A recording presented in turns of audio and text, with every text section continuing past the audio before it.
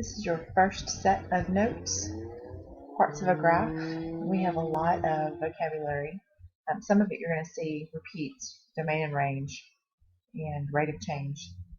There are several different pieces of this graph. You need to listen and fill in. So first we have this line that shows you symmetry in your parabola. This is called your axis of symmetry. And these points that your parabola crosses through the x-axis, these should be familiar to you. These are your zeros, and they have other synonyms, which we've talked about before. You can call them roots, x-intercepts, or solutions. So that's these points at the x-axis. And we've discussed this before with other functions that we have analyzed in unit 1. So right here at the y-axis, where the parabola crosses, this is the y-intercept. And down here, where the axis of symmetry crosses through, and you have the mirror images of the parabola on each side, this point is the vertex of your graph. And you can have, at your vertex, either a minimum, in this case, or you can have a maximum if your parabola opens down.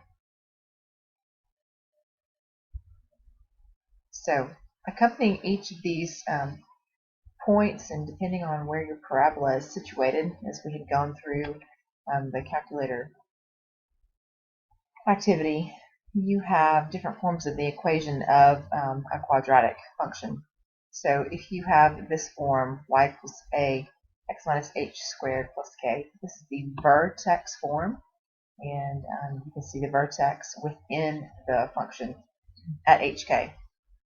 And you will have seen that the vertex hk within it, h has the opposite sign than you see in the vertex form.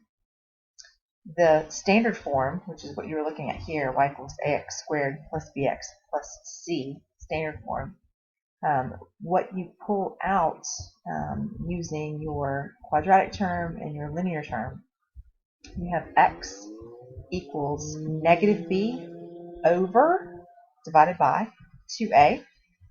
So you use these coefficients of your quadratic term and your linear term to get your axis of symmetry.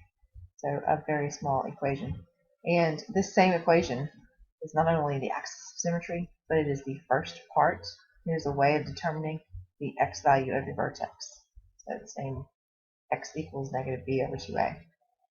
And this last form, once we go over factoring, this is called the factored form. And in the factored form, you will see your x-intercepts.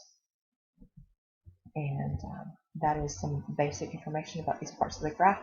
The other thing, too, you had discussed in part of your last test was the rate of change.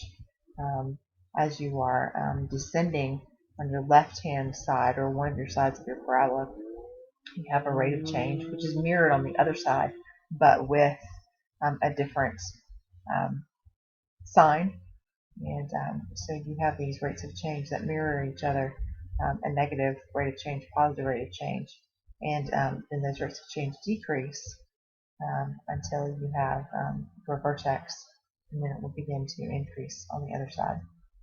And it will show you that you have this parabolic shape.